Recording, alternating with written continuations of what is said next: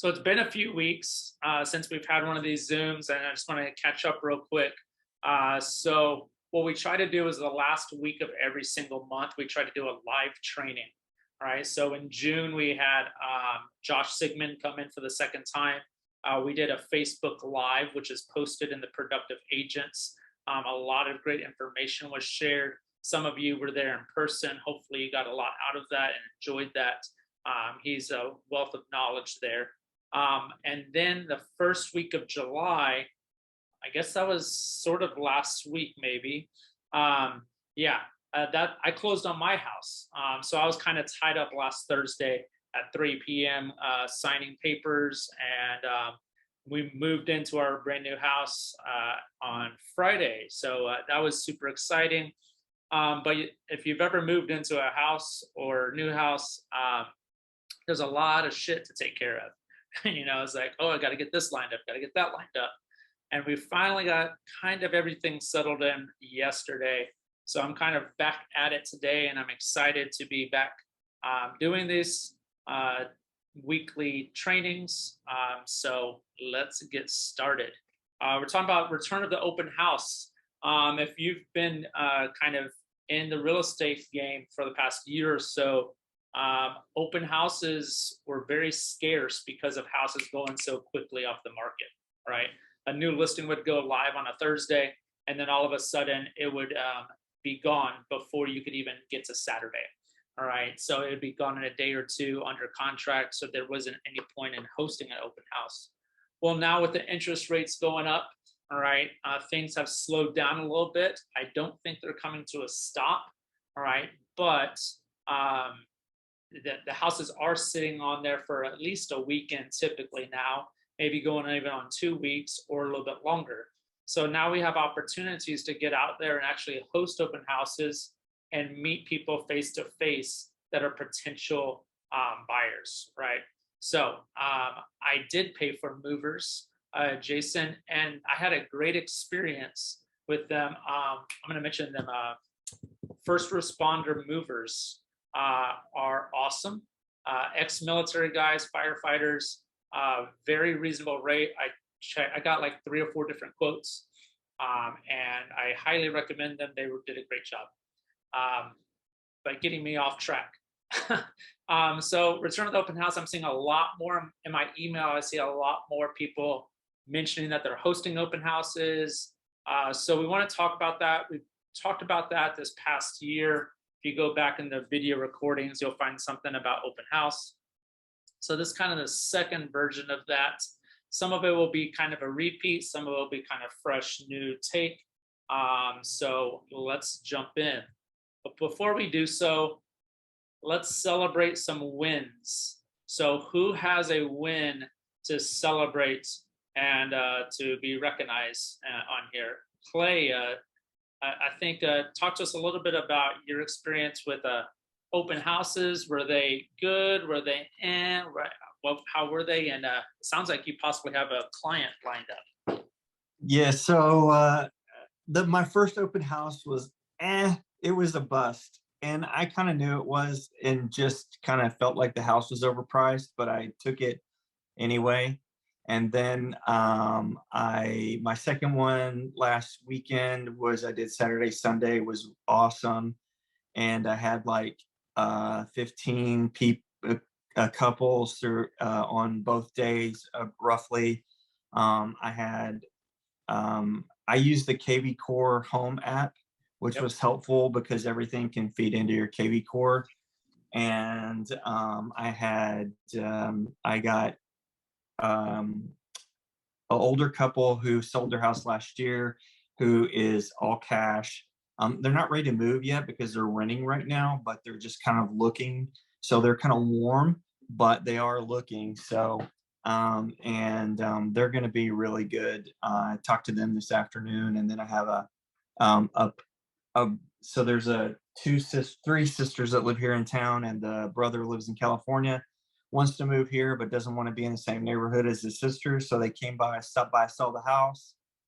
I told him, I said, do a FaceTime with him and let him walk through the house. And they did that, and they love the house, and they're in the Bay Area. and their house goes on the market on Monday, and they just kind of want to get their house on the market first, and then I think they're gonna potentially houses are still moving pretty quickly out there, so hopefully they'll get their house sold pretty quickly, and they're gonna I hope within the next 3 or 4 days we'll be able to make a all cash offer for this house here in San Antonio with them.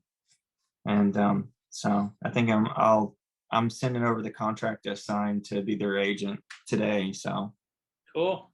yeah, That's really cool, man. So really, you've been doing like 2 weekends of open houses. yeah, this will be my third. I'm gonna do the open house on Saturday, the same one we did last weekend. Yeah. This house is like immaculate. I mean, they're a military family, Yeah. and it's like walking into the showroom, it's spectacular. I'm surprised that nobody's made an offer on it yet right now. Right. Yeah. Well, that's So awesome, man. Well, congratulations. Best of luck with that. I can't wait to hear the closing and finish the deal there. yeah, Thanks for thanks. sharing, man.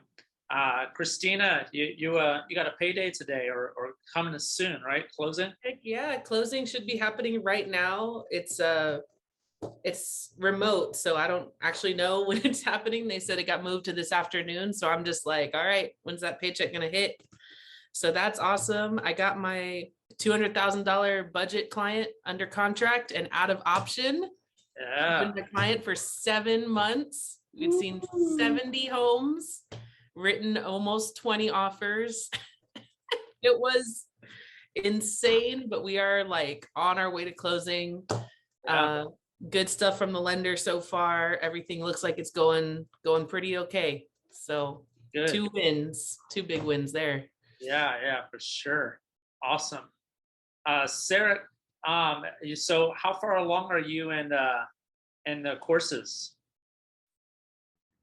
Right now, I'm working on the 5th course. I think it's the finances one. So I'm almost done. I'm just trying to wrap them up this summer, so that way I can get going like right in August. So I'm working real hard to like just finish that stuff up. I was gonna ask like how like in your experience like with what she was saying, like how long it's taking to close something, like what's like the normal, or I guess nothing's really normal, but what's like the average kind of span, because you don't want it to drag on too long, you know what I mean? So That's a great question. And man, I've had a wide range of experiences, and it just depends on each one. Each one is its own story. But I've literally had somebody go, "Hey, I want to go look at houses this weekend," and we write a contract, and it's done, and like we close in a month. That's an ideal situation. And then I'm still sort of kind of talking to people over a year later. Now I'm not showing them houses consistently. So I would say once I have somebody that's okay, I'm looking at houses actively. Oh gosh, I would probably say within a month or two is what average would be. And then once you get it under contract is another month until closing and payday. All right. So that's kind of, and they do say National Association of Realtors, I believe, says 3 months is typical for you to get your license and get your first closing. So that's kind of what to expect once you get licensed. So yeah, it just all depends on every client is at a different stage, and for you to kind of do your due diligence and go like, okay, these people are interested, but they're not like ready to go look at houses right now, and then once they're looking at houses, then there's kind of a procedure of like, okay, we're going to look at 3 or 4 houses a day and no more, depending on the situation. So just depends. Christina had bad luck, but she worked through it. I've been there. I've had several of those. And some are real easy. I'm still pretty new at this, so I'm not sure what's good or bad quite yet. So yeah. They all balance out. Sometimes the headaches aren't really worth it, but then you get like a big, easy payday that makes up for that headache. Yeah, and also like this client was 7 months and a lot of houses, which I think is extreme, but I really like him as a person. Sure. If I didn't like him, I probably after 3 or 4 months would have just been like, hey, I don't know if we're the best fit. I might, it would it be okay if I refer you to a friend? someone that has more time for you, something like that. But I do like the guy, so that's why I kind of stuck with it. And Sure. hopefully we close in a couple weeks. Yeah, you will for sure. Oh, thanks, Tony. Well, cool. This is how are we doing? We've already kind of been chatting back and forth. Hopefully everybody's doing all right. I'm getting back in the swing of things. It's funny is I'm at the title company that I'm always working at, and they're like, "Hey, slacker," and they're like, "It's finally you're back doing some work." But hopefully everybody's doing well. And the 4th of July hangover, maybe some of us are still getting out of. I got a chat here. Hello, Professor. Hello, Dr. Ragsdale. So let's just jump into our stuff today. All right, these are our goals for today. We're going to talk about how to find an open house. All right, that's super important, and I'll share a story here in a second. How to secure the open house.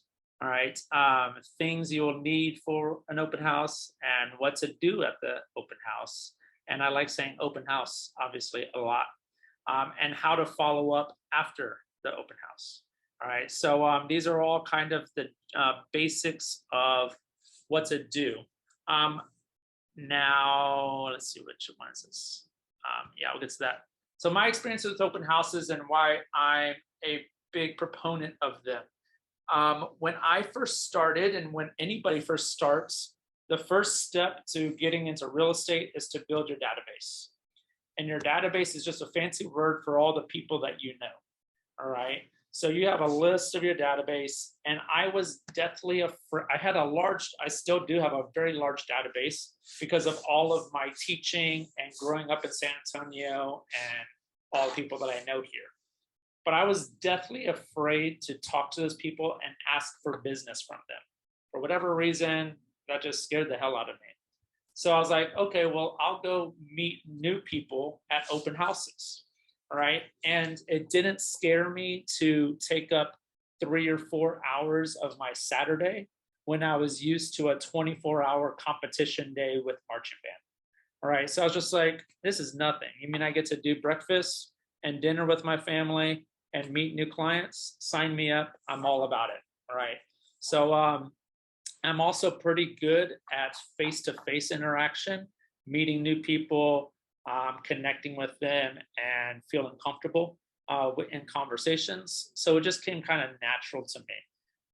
In my first year of doing real estate, I met 171 new people from doing open houses. And so I did quite a bit. And now those people and their contact information is in my database. And I've closed a handful of them. If I knew what I know now, I probably would have closed a lot more business from open houses, but I was still in a learning phase of how to do it, how to be consistent with follow-up, etc. I guarantee you, if Clay keeps doing his open houses like he's doing, just his knowledge of his past and how to convert and how to talk to people, he's going to be very successful with it. And any of y'all that choose to do so. So let's get into it. I'm going to show you a little bit back and forth with MLS, how to pick an open house. This is super important. Okay. I will never, probably to the day I die, forget my second open house I ever did. All right. My first open house, I don't remember, but I do remember let's take that back. My first open house, I didn't have any open house signs. So I literally borrowed signs from other agents. Jim Ragsdale's on here. He's borrowed signs from me. All right. I borrowed signs from Mark Chambers or Alan Grulick. So don't let the fact that you don't have open house signs hold you back from jumping in. I do remember my first 2 weeks. I was licensed on July 4th of 2019. I want to say it was like a Tuesday. All right. And that first Saturday, I was doing my first open house. I had gone to some trainings, and I had kind of, something like this, like, oh, this is how I do it. These are the questions I ask, etc. I just jumped right in. Didn't really know what the heck I was doing. All right. But did it anyways. And I'll always remember this. And I think I've told Christina this since we talk quite a bit on a daily basis, is that it really doesn't matter what kind of action you're taking, as long as you're taking some kind of action. Like as long as you're working on the business in some sort of way, it is going to reciprocate itself and you're going to get some type of business going. All right. But it's when you're literally not doing anything with your business, from social media to open houses to talking to people to whatever. All right. When you're not doing anything, it's not going to reward you. When you're doing anything slash something, it will reward you. All right. So I did my first one. I don't remember much of it. My second one was on my birthday, July 20th of 2019. And I had two people show up, and one of them was my mom. And I learned very quickly from that. I was like, well, that was a shitty location to host an open house. So location, location, location is one of the main rules of real estate, right? Oops. And that's what we're going to talk about here, how to pick the open house. I got some of this from my mentors. Alan Gruelich kind of talked to me about how to do some of this, but single family homes, preferably new to the market. So let's look at the MLS real quick. And we're going to go to search. And I hate the new setup. So I go to the classic. And then we're going to change this drop-down menu to only new houses. Okay. Going back to our list, we want to find houses that are in our area that we're interested in selling, or that are close to where you live. All right. So what I mean is I go to areas here, and here's a map of San Antonio, downtown, North Star Mall, Alamo Heights, Churchill Mac, Stone Oak, Johnson, etc. All right. These are the areas that I'm most familiar with because I grew up right here. I taught for a decade right here in the Churchill zone. I lived downtown for 3 years. All right. My parents live up here, and now my new house is right up here, just north of Templewood Park. So I'm very familiar with what we call North Central San Antonio. Not as much as the North Star Mall area or the Alamo Heights area. So I stay kind of in 0600, 1400, and these zones. And I go, you know what? I'm going to go ahead and host an open house in the Churchill zone. I did most of my open houses in the Churchill zone because I felt pretty comfortable with those neighborhoods. All right. So we would just select that one and the new houses. All right. You get to pick. So if you live obviously in a different part of town, you know Helotes is real popular. You live nearby it, go ahead and look for open houses over there. I would not recommend you try to do hosting open houses on the opposite side of town. All right, because in a little bit we're going to talk about how you're going to post signs early in the morning. You're probably going to go home, get ready, and then go back out. So it's just a lot of driving. So kind of find somewhere that you're comfortable with in your zone. This is very important. You want to think about your price point or price points of qualified first-time buyers. All right. When I first started, I would hear agents complain that like, oh yeah, I have these buyers, but they can't get qualified. Oh, you know, all these things that holding me up. And it's like, well, if you're hosting, you know, a house that's $150,000, all right, well, that's attracting a certain type of client that maybe is not financially stable, all right, and is going to have issues that you're going to hurdles for you to jump over. If somebody is looking at a $250,000 to $400,000 house, they are probably know approximately how much that's going to cost a month. They've probably done their research. They probably know what they can afford, and they probably have some decent financial backing to where they can get qualified, etc. So I've never run into too many issues with getting qualified buyers because I typically try to stay in this price point. All right. Well, most of North Central San Antonio is in this price point. So that's or higher. But if you go higher, I want to talk about this real quick. Let's say you found a beautiful home in your area that you desire, and it's $700,000. My question to you is a first-time home buyer, what kind of first time home buyer probably has the money to buy a $700,000 house? Probably very, very few, right?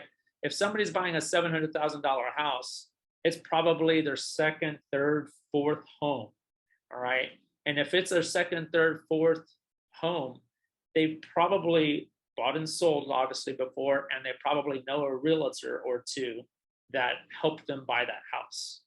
So more than likely, they're going to come through and be like, blow you off and go, hey, I already have a realtor, et cetera, et cetera.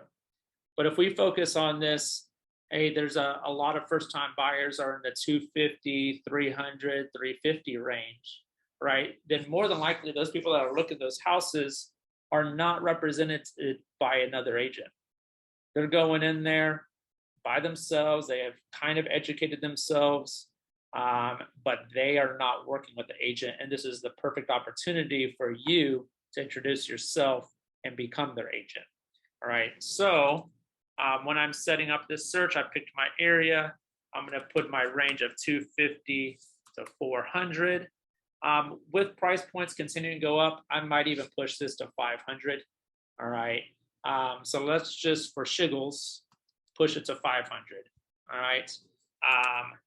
One more thing on here. This is super important. Like I said, my second one was a terrible experience because it was like in the very back of a neighborhood. You had to turn right, then left, then left, then right, then right to get to the house. And it's like, this is so hard to find. We're not going to get much traffic here. All right. So once I pull that up, I will view the count. There's 10 houses, and we're going to go ahead and see what those houses look like. All right. Not only are we going to see it, I also like to use this button as the map. All right. So if you click on the map, it'll show you where these houses are located in general. All right. Now, if you click on each one, it's going to show you how close they are. For whatever reason, I came up with a rule of thumb. I want something off of Blanco Road, all right, and that's easy to get to. Well, if you're from San Antonio and you know that area, you know Blanco Road is a very busy road, and there's a lot of traffic going up and down it constantly. So if you have open house signs there, getting their attention, hopefully turning into the neighborhood, you're probably going to get a pretty good flow of traffic to your open house. Right. So as I click on this in the map, I actually do, before I put this on my list, I will look at the map and go, okay, is it easy to get to? All right. So this one's tucked up in Rhapsody Drive. Pretty familiar. This is a little bit older of a neighborhood in here. So it's not hard to get to, but it's not the easiest house to get to. Here's Blanco Road. Here's Eisenhower. You're familiar with that. Rhapsody is not a super popular exit. So I'm like, maybe not. Let's go to the next one. Same neighborhood, same location. All right. I almost would say that location is even more important than how the house looks. All right. Now, this one is a pretty decent location. Look how close it is off of a main street, Churchill Estates. Here's Blanco Road. So I could post signs right here on this major corner, get them to turn down here a few blocks over, and it's immediately right there. So that might be a good location. All right. So those are some things that I think about when looking for an open house. Of course, you want an attractive house. All right. So look at the pictures. I don't think this is a great first picture. It's kind of hard to see. Sort of pretty, but still not. Yeah. I would probably use this one because it's a little bit lighter. But then I look through the pictures of like, what are the pictures that I can post, and are they attractive to where people go, ooh, I like that house. Tell me more about it. Or maybe I'll go see it in person. All right. So this is a good looking house. It's okay, but it doesn't wow you. All right. It's empty. Nothing really grabs your attention on this house, but it does have a good location. So I might kind of write this down as a maybe. All right. And then here's another one. Location. West Avenue, another busy street. Maybe not, but let's look at the pictures. That's a pretty cute, typical house, all brick. All right, nice granite countertops, open concept, etc. Something that clients and customers might be interested in. All right, kind of standard open concept, newer house, nice covered patio. That's a nice bonus. So that might be a possibility. You know, that would either be on my maybe list or a yes list. All right. As far as picking a house, do we have any questions as to going over any of that or anything? Anybody want to add anything to that? Clay, how did you pick your open houses? I hear what all you're saying, but I did none of that. Yeah, it's all good. So what I did was I just went on the EXP, pages, Facebook and EXP page and in a workplace, and I just requested anybody who had a house, I was willing to do one, and so that's how I got 2 houses, and then the one last weekend I reached out to my friend who was just about to list that house, and I asked her if I could do an open house on it, and so the owner was like, he's with EXP and you're with, I forget who she's with. Anyway, so she was like, Kimberly Howell, and she was like, she told him, she says, look, I trust him. He's really good. So took some pictures, sent it to her so she could send it to the owner, and she was, they were all cool about it, but Yeah. and then they asked me to do another one on it this weekend, but Yeah. that's kind of how I did mine. But I understand the concept of looking at the price and everything like that. I just kind of wanted to get out there and get some people and get my name and so show my face. And that's kind of why I just initially am taking anything I can get. And then I'm going to reach out to other agents and start narrowing stuff down like you're saying. So.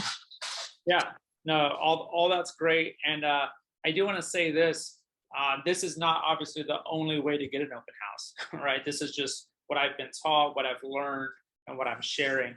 So yeah, there's multiple ways and different philosophies and really everything that we do in real estate. So, learn from all that and take it in and make it your own. Jim writes here, gated community. I don't worry about that too much. Sometimes it doesn't say if it's gated. I guess if you read up on the MLS, it might say it's gated. You have to do a little bit of research that. Gated community does make it a little bit more difficult, all right, to get in and out of. You got to get the code. Does that turn people off? But I would say that I'm sure some people are attracted to a gated community, all right? So I wouldn't shy away from it if it's a good location and if it's a great looking house and all those things, check. If it's in a gated community, I wouldn't write it off, right? But yeah, it can be a little bit more difficult. So just be aware of that. And hopefully that answers the question. Clay, what's up? So mine the last weekend was in a gated community up off of Verde Road. But so what the biggest thing that you need to do is make sure that if it's not your listing, that you're asking the listing agent to post on all of the websites when they post the MLS for the open house. Yep. They'll post a number on there to the gate for agents, but then on the day before the open house, ask them to go back into Zillow and the other places and put the gate code so that people who don't have agents are able to get in. And that's what we did last weekend. That's awesome. Yeah, it sounds like you had a great relationship with that listing agent and she helped out for sure. So thanks for sharing, for sure. How to get the open house. I thought about Christina here, and I like this old school phone. Some of you probably don't recognize that. you got to pick up the phone. All right. So we had a list of 10. All right. What I would do is I would pick like my three favorite out of those 10. All right. And I'd go, okay, this is my number one. This is my number two. This is my number three. Right. And I would literally get the phone number off the MLS and call that agent. All right. So let me get rid of this. Right down here, you'll notice Steve Perry is the listing agent for this house. And I clicked him, and that's what he looks like. And there's his direct line. So I would literally pick up the phone and go, hey, Steve, this is Tony Ruiz with eXp Realty. I'm interested in this house that you have listed at Yosemite Way. I was wondering if I could host an open house for you this weekend on Saturday from 1 to 4. What do you think? You know, and he would say, no, go to hell. Or, yeah, man, that sounds great. I appreciate you calling. Or, oh, we have somebody in my office already covering it. Okay, cool, no problem. Let me know if it falls through. I'd be happy to host it for you. So I call them. If they don't answer, because it's just a random number, I do this with my leads and everybody that I talk to. If I call and they don't answer, I immediately text them. And I pretty much say the exact same message in text message. All right. And like within minutes, they typically call back and say, hey, I got your message. Yeah, you're more than welcome to host the open house. I'm telling you, 9 times out of 10, or even higher percentage than that, they're going to say yes to you hosting the open house for them. All right. It was a little bit harder this past year to do it, but now that they're coming back more aggressively, you're gonna get them booked. I tried to book mine Tuesday through Thursday.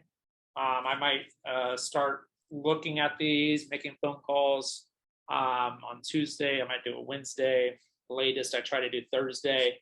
Sometimes if I don't book anything, or if I forgot to book and I still want to do one, I might call somebody that I know, like Alan, and be like, hey, can I host your listing this weekend?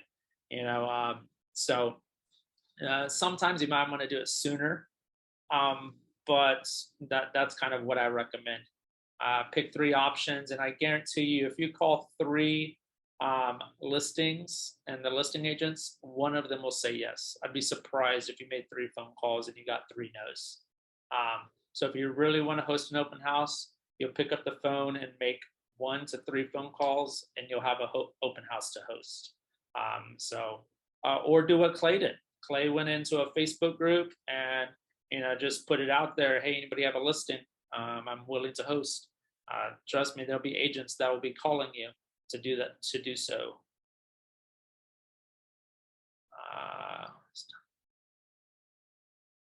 I've got a good one. Jason says, who has done an open house for an agent with a different broker? I would say that 99% of the open houses I've done were not EXP. I've heard rumor that EXP you're not supposed to do outside of EXP. Then I've heard that it doesn't matter. They're fine with it. I don't worry about it. The only time I ever see something weird is like when I see that they're with Keller Williams, like Keller Williams Heritage or Keller Williams, the other one, City View. A lot of the times those are being hosted by other agents in Keller Williams because they have such a large office that they pass that down to agents that they know in the office. But besides that, 99% of my open houses were not EXP. And I'm pretty positive that we're allowed to do that. Don't hold me to it, but that's what I've done. Wow. Here's the script for you. Bam, there it is. And I changed it to Banana Street instead of Main Street. That one's for you, Christina. Hey, Steve, this is Tony Ruiz with eXp Realty. How are you doing today? Great, awesome. Hey, I'm calling about your listing at 123 Banana Street. I'm interested in hosting an open house for you on Saturday from 1 to 4. Would you and your sellers be open to that? Awesome. I really appreciate you letting me host it. I'll take care of all of the advertisement on my end. If you don't mind, could you make sure it is posted on the MLS? That would be great. Thanks again. Have a great day. That's pretty much the gist of it. Simple conversation. All right. In and out within 2 minutes. All right. So They might have questions for you. They might have, hey, can you do this? Can you do that? It's just a simple conversation, but that's the script, and do whatever you want to do with that script. All right. Tools you will need. All right. Open house signs and flag. So again, the story is that my first couple open houses, I borrowed signs from Mark Chambers. I think Alan Grulick allowed me to borrow some signs as well. But yeah, I just kind of had a hodgepodge of signs and made it happen. After that, I went into MLS and purchased my open house signs. I like the big red and white ones, just the generic that say open house. And then at the bottom, they have like a white section that you can write on. All right. And we'll talk about that in a little bit and how to prep those. All right. But I'll get to that in a second. Sorry. I recommend that you spend a little bit of money. I think I spent like $150 total, and I pretty much had those open house signs for like over a year. So those are good. You'll want to get flyers, which I'll show in a second. Let me go ahead and show those real quick. Let me get to this chat. What are the main reasons they would reject you wanting to have an open house for them? Sometimes sellers don't want people in the wide open without, I don't know. I think it's bizarre, but sometimes sellers are just picky. It's really up to the seller if they want to host an open house or not. Most do. Most people want more eyes on the property. All right. What are the other reasons? Maybe they have family coming over that weekend, or they don't want to get out because they would have to get out of the house for several hours, and they have something going on to where they need to be home. So those are the main reasons. And then obviously recently it was like, hey, this house is already under contract in 24 hours, and we're moving on. All right. But most of the time, most people are open to it. Don't want people coming through. Agent's an asshole. Yep, that's true. Already have an offer. Bingo. Check, check, check. So in the marketing center, let's talk about flyers real quick. This is EXP's marketing center. They have a lot of different forms and stuff like that are look great, and you just add your information to it. Here's an open house flyer right there. You can customize it. All right. It's already like 98% done. So you click on this, and I'm sure other brokerages have this as well. All right. But you can change that photo to the photo from the MLS. You can change the information here, all this. You can change about the property. Man, Tony looks good there. All right. And then you have your contact information. And you just save this to your desktop and you print it. I usually get like high-end prints at my mortgage company, all right, instead of my lower-end prints at home. I do have a color printer, but it gets like real soggy type on a normal paper, and it doesn't look as crisp as when I get it done at the mortgage office that has a higher-end print. So that's what I recommend. And then I also print off the MLS sheets. So you have the MLS here. You can download as a PDF right here, and it has all this information. So I usually have 2 pieces of paper to hand them with information. Also, another one is Canva. Type in real estate open house. You can they have all kinds of different flyers that you can change the colors, change your photo, whatever you want. Save it, print it, and that can be your open house flyer, or create your own if you feel like doing so. So that's what I recommend. Sign-in sheet. My first couple times I had people sign in by pen and paper, and I couldn't read their handwriting. All right, so I couldn't really contact them. So I switched, and I recommend to an iPad. And they mentioned the KV Core Open House app is great. I've used it. I like to use a Google form that I created. Google form, I just put their name, phone number, email address, and are you working with the agent? Yes or no. So that's how they just click, sign in, and submit. and then that way it's documented, and then I move that information over to KV Core. But the KV Core Open House app, which comes with KV Core, will do all that for you. So that's something that you can think about.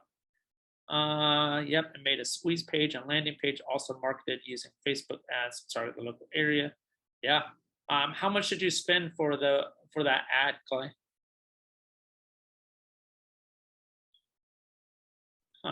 I spent about I put max of $10, Yeah. and I probably got 700 people looking at it. So and I spent less than $10, probably like a total of $5 max for each one. Yeah, that's pretty cool. I mean, that's a lot of eyes on it. And you said last week you had about 15 couples per day. Over probably the 2 day, probably about I had about 10 on the first day and about 7 on the second day. So about 17 total for the 2 days. So according to Ninja Selling, it's a 1-in-16 ratio. So Ninja Selling says for every 16 people you meet at open houses, you will have a deal. So technically, according to that, you have a deal somewhere in there. Those out of those 17 people, you have at least one deal. So that's kind of cool. So well worth it. I do. I have that cash buyer guy from California who really wants to offer. He's just waiting. Yeah. Well, there it is. Is the screen share jacked up? What do you mean? You can't see what I'm doing on the MLS? It's like some of the browser just like stayed on it for some reason. Okay. I don't know. I don't know. Oh, there you go. Go. So it's Better? mostly better. Okay. I always have my laptop. I recommend it, but it's not needed. All right. But you can do work there. Also, I pull up the MLS of other houses in the area to show them. That's always a benefit. I also have Spotify on the playing just background music. All right. Because it gets quiet and awkward when everybody's just like there without any background music. So I recommend that. Refreshments, I would take waters, bottled waters. I've done that. I don't do the whole cookie thing. Sometimes I take the waters. Most of the time I took waters, but more than likely nobody ever took them. So it's not a huge deal.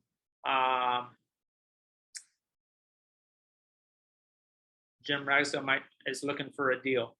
Clay, what is your cash buyer's price point? What area of SA?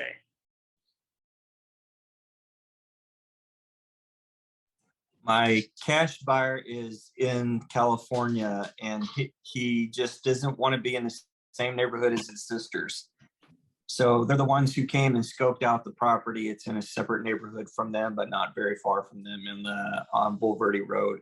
What's the price point? The price point, the house is $460, but there are some things that are like different about this particular house. They have some selling pieces of furniture and things that they want to sell along with the house. And so this cash buyer is going to offer them above list price because he wants those furniture and pieces that they're wanting to sell with the property. So I think he's probably would go in probably around $470. Okay. Well, Jim Ragsdale only sells $1 million houses, so I mean, we can't keep up with him. But he has like a $1 million listing right now, so he's looking for. I want one. So when you come across that $1 million buyer, let him know. Get him to buy 1.4 million. Got it. Well, Jim, you need to talk to Christina's dad. He has money, so we'll see if he knows other millionaires. So maybe that's a good connection. Playing music in the background recommended. Welcome sign at the front door. I don't have one, but I've seen them, and they look pretty cute. And I have had that kind of like awkward. Sometimes like you see them walking up, like, oh, somebody's coming, all right, because you're like looking out the window, seeing if anybody's coming. And then they get to the door and they like, do they knock? Do they just walk in? Do they blah, blah, blah? Sometimes I like to even open the door for them. I don't have a welcome sign, but maybe if you're getting busy and you're talking to people inside, a nice welcome sign, like a little chalkboard sign that you can put up, would be like, come on in. That would be nice. Open house prep. I'm going to move a little bit faster here. Design / print your flyers. Kind of showed you a couple things that you can do there. Print your MLS sheet. Prep signs. So my signs are the big red and white ones, and then I print it out on a piece of paper. SAT period 1 to 4 p.m. So it's a real big and bold, so you can see it. I don't put the address on there. I don't put my phone number on there. I don't put any of that on there. I want them to see open house this way, Saturday 1 to 4 p.m. Super clear. That's all they need to know, and they follow the signs. All right.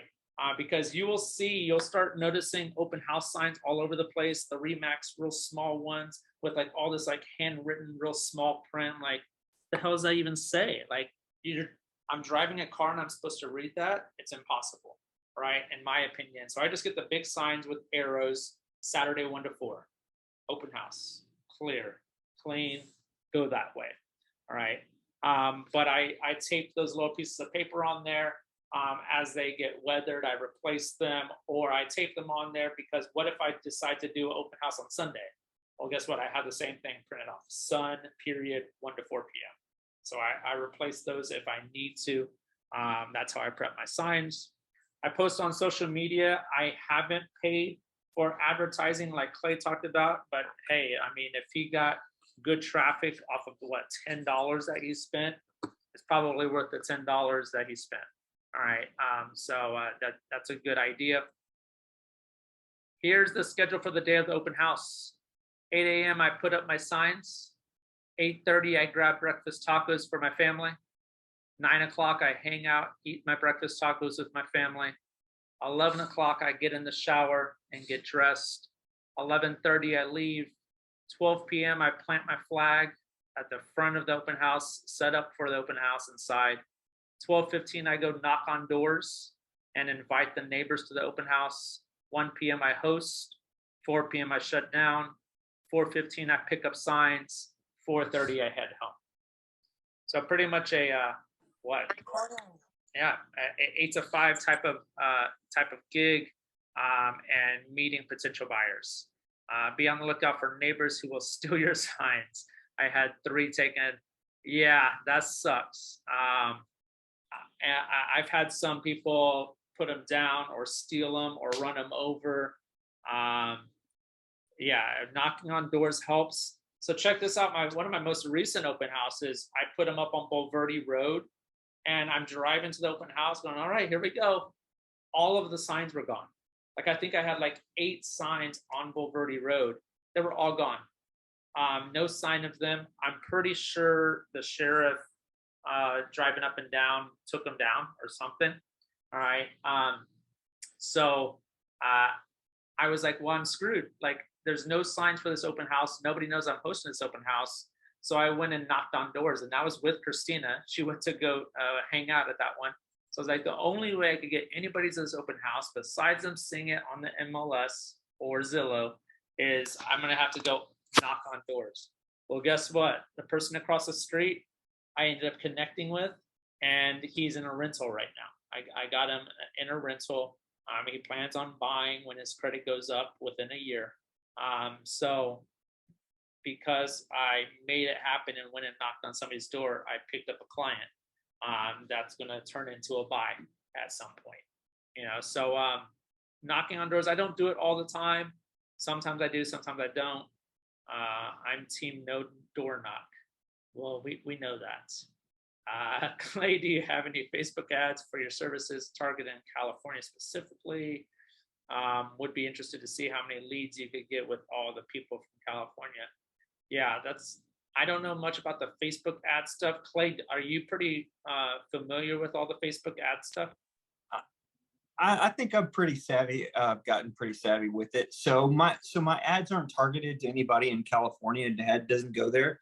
That the ads you could target them, but it really doesn't work like that. What you want to do is you're targeting. You could put San Antonio in there, and then you can put and then you can put the area around the home, which is, and then it'll go out 15, you can put a subdivision, different things like that. But, and that's how it kind of grabs people. And so what I do is I put San Antonio, and then I put Bexar County that way. And then it goes out 15 miles outside of that radius. So those two kind of areas. So kind of everybody in San Antonio, Bexar County. If it's closer to Guadalupe County, I'll put Guadalupe County, Bexar County, and whatever surrounds that area, like Cibolo Shirts area, I'll put all of those counties right there in that little triangle, Comal, whatever. And it targets all of those people that live in that area. So if they start searching for homes, it'll be one of the first ones that'll pop up as an open house, I like it. Clay, you're gonna teach us, you're gonna do one of these trainings on Facebook ads. I'm gonna get you. Yeah, for sure. The reason why I'm asking that is because I took a class on that. I think Christina actually took the same course on that, and so I'm pretty familiar with like how it works. But I'm just wondering how you can apply that to like this, like specifically. And since there's just so many people from California that are moving here, I was wondering if it'd be worth it to like have ads like over there, basically saying like, hey, if you're moving to Texas, like hit me up. You know what I mean? I don't know if it'd be worth it to like set up something like that just to get more California leads. I know I don't want to get too off topic, but this is some of the stuff that I've already been kind of like questions to ask and stuff like that. I'm just generating leads from, especially from California. I mean, like they just tend to have more money out there, and then they want to move to somewhere cheaper. So I'm sure that was a reason why they paid cash. So I just was wondering. Yeah, I've heard of other agents doing that. I don't know what their success was with that, but I know it can be done. But it's just, is it worth it? Not sure. So we'll have that conversation at some other point for sure. Yeah, you can target anyone. So in any place in the country. So, so it can be done. Yeah, I've used it with music related stuff, just not with real estate. That's why I just was asking. So thank you. Cool. How to host the open house. This is just a quick rundown, but greet and welcome the customers at the door. Usually a smile will get a smile back. Some people are just rude, so just take it for what it is. Give them a brief introduction and the handouts that you printed, right? So like one of my goals was to whatever I printed, I usually took like 10 MLS sheets and 10 flyers, right? And I'm like, I'm trying to get rid of all 10 of these. That would be awesome. And of course on there's my contact information. Some people are not going to want to sign in, all right? And we'll talk about that in a second. I'm getting ahead of myself. But introduce them, hey, welcome to this house. This is a 3-bed, 2-bath. It's 1850 square feet. The master's back here on the right. Check out the pool in the back. It's beautiful, blah, blah, blah. Give them a quick overview, take a look around, and send them on their way. All right. And then try to get them to sign in. That's the most important thing. Like, it's great that you have 15 people come in, but if only 2 signed in, then really you only have 2 contacts, right? Those people came in and out and you didn't get any contact information. The way that I get them to sign in with the correct information is I offer a Starbucks giveaway, Starbucks card that I'm gonna go, hey, by signing in, you're entering a drawing for the Starbucks card, which will be given away at the end of the day. Well, 9 times out of 10, if they know that they could possibly win something, they're probably going to put their right contact information down. So I feel like I've gotten pretty good contact information. Of course, every now and then you will get somebody just putting BS information in there, and you just move on to the next, right? Ask them questions, what brings them in today? Or have they been looking for a while for a house? Are they just getting started? Just that one question right there will probably give you an idea of like if they're working with an agent or not. If they've been looking a while, then they're probably, with an agent. If they're like, oh no, we're just started, we just live down the street, we're renting. Oh, cool. Now you know their motivation. All right. Are you currently renting, or do y'all have a house to sell? You'd be surprised at how many people walk into open house and go, oh, I got to sell my house. That's 2 deals right there. That's a very important person that you need to make sure you stay in contact with. What are you looking for in a home? This goes back to finding the criteria, right? And so that you can help them find that home that they're looking for. All right. So you just start asking more questions and listening more. Don't go in like, this house has attic insulation and this house has this and this house. Like, you're probably not going to sell that house that you're hosting. The whole object of hosting open house is to meet people and get their criteria and get their contact information. That is the main purpose. Now, of course, if somebody walks in and says, hey, I want to put an offer on this house, signed up, all right? Stop what you're doing and get them signed in, all right? But 99% of the time, you're just trying to meet more people at open houses and get criteria and get contact information. Show them other houses in the area. So you're hosting this house in Stone Oak that's in the price point of 400 to 500. Well, guess what? I'm going to pull up a search before I go to the open house of all the other houses that are in that same criteria. So they go, oh, you don't really like this one? Oh, you wish it had a 4th bedroom? Well, hey, I'll tell you what, look, I have 5 others that have 4 bedrooms, all right, and 2,500 square feet. Would you like to go see those at 4:30? I'm done here at 4. We can go see them if you like, since you're already out looking at houses, right? Oh, yeah. So give them more selection to choose from. Easy to do, just being prepared. And then I always like to take mental notes of names, family members. Oh, they were the ones with the kids. Oh, they talked about a dog. And then I'll literally write those down in my notes so that when I call them up, I'll be like, Clay, how's the wine business going? You mentioned that you're opening up you're buying land and doing this. So that's great. And if you can connect one thing that they said when they met you, they're going to think that you are so damn impressive. Like, holy shit, this guy is all over it. So you made a massive impact, and that's going to hook them and go, this guy's awesome. Like, I want to work with this guy. All right. How to follow up. Let me check the chat real quick. Ask for, yep. What does this say? Move. Choose it. What is going on? There we go. Multiple companies that you can use that work with your biz account on Facebook and target ads. Send me a message and I'll shoot Jason Ward a message. We'll get y'all in contact. I think he knows Facebook ad stuff. How to follow up. Pretty much afterwards, it's all about the follow-up.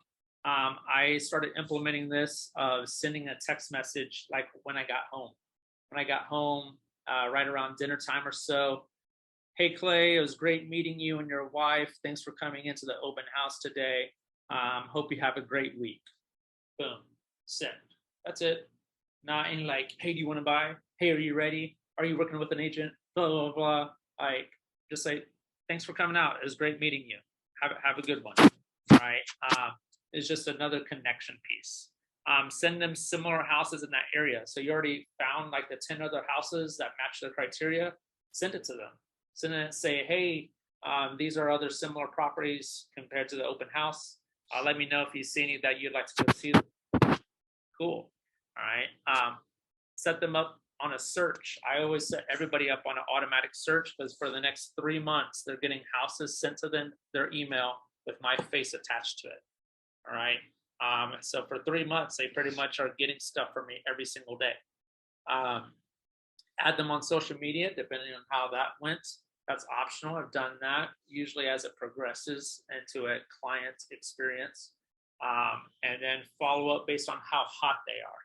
Right. And you kind of have to continue to ask more questions.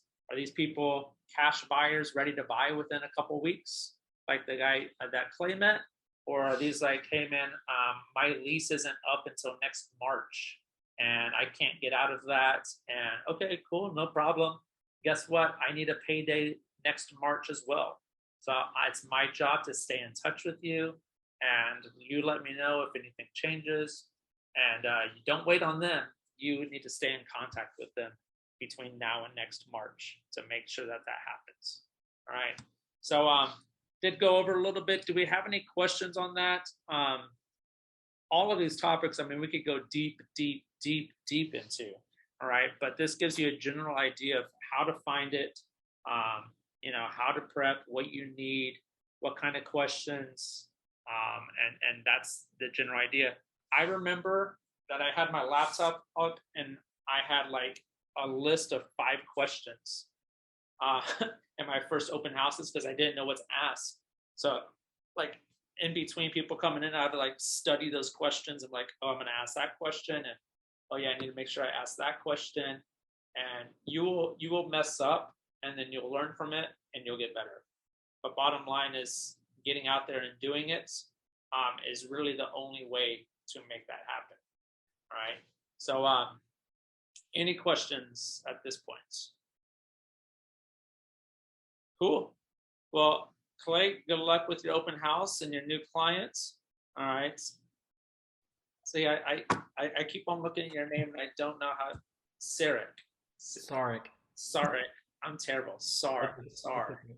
Yeah, I'm familiar with some of you guys, but thanks for having me, and I appreciate it. And again, I'm almost done with all my coursework, so thanks for having me come to this. It was really cool. Learned a lot. Yeah, awesome, man. Well, good luck with all that. And closing day for Christina. Chuck is here. Thanks for being here, man. It looks like you're working. Yeah, cool. And Jim, the doctor, Dr. Rags. Well, thanks, guys. Let me know if you have any questions, and I'll be posting this up here later in the Productive Agents group. Y'all have a good one.